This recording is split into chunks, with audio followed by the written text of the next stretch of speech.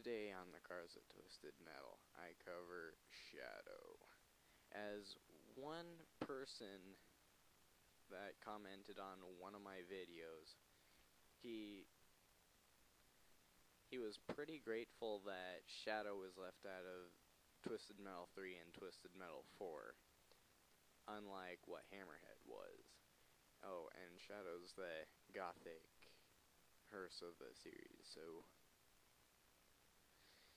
yeah.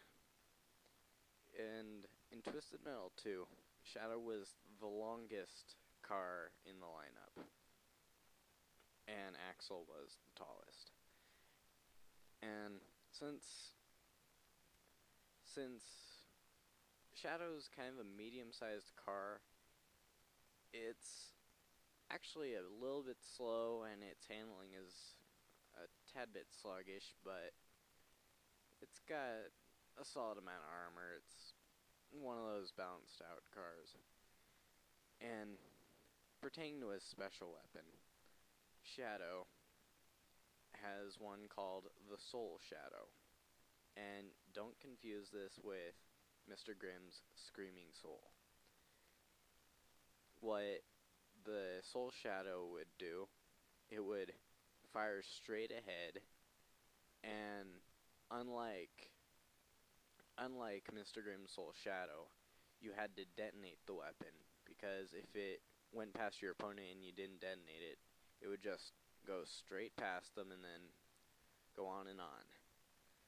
And this weapon did a lot of damage, and it was pretty effective. It also worked pretty good in Twisted Metal 2 if well, you were on a rooftop level and a car was driving towards the edge of one of the rooftops, and you fired your special weapon and detonated it right before they turned, then what would happen? The car would get sent straight up into the air, and because of the forward momentum, would end up falling off the edge of the rooftop, which would be an instant kill. That's one of the pretty good strategies to use with Shadow.